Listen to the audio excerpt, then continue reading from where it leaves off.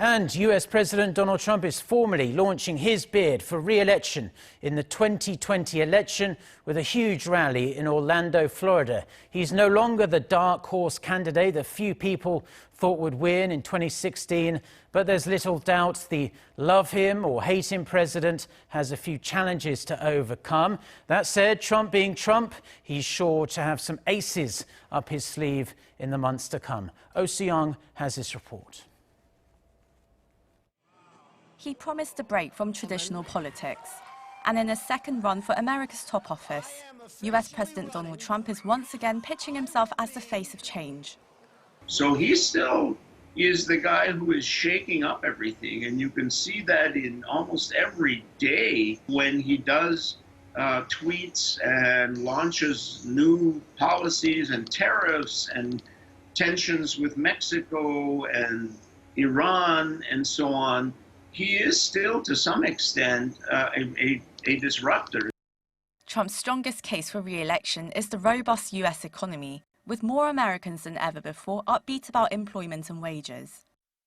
Trump made this appeal to working class people, and his actions with respect to Mexico and China, with respect to tariffs, I think it does appeal to a lot of people in those battleground states like Michigan, Ohio, and Wisconsin, as well as Pennsylvania. Another area that really appeals to the base as well is immigration, of course. And so he's taken a very strong stance on that issue, pressured Mexico. But whether he's made America great again is debatable, despite strong support from his party and small dollar donors. Polls indicate the greater public are not convinced. Trump has the lowest approval rating in US presidential history, averaging 40%.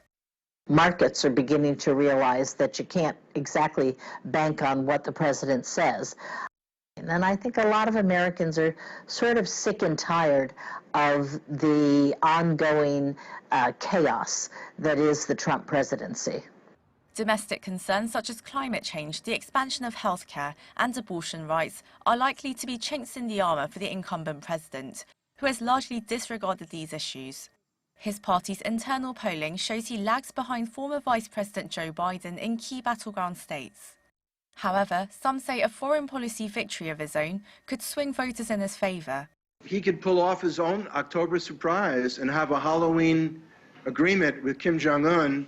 I think Kim knows that his best shot is for Trump to have a second term. And he would rather get the substance of a deal that can be built upon rather than roll the dice and just cross his fingers what might happen in 2020. The insurgent candidate in 2016 and now running as the incumbent. He may now be the establishment, but it's clear President Trump has more shaking up to do in the months to come. Soo-young, Arirang News.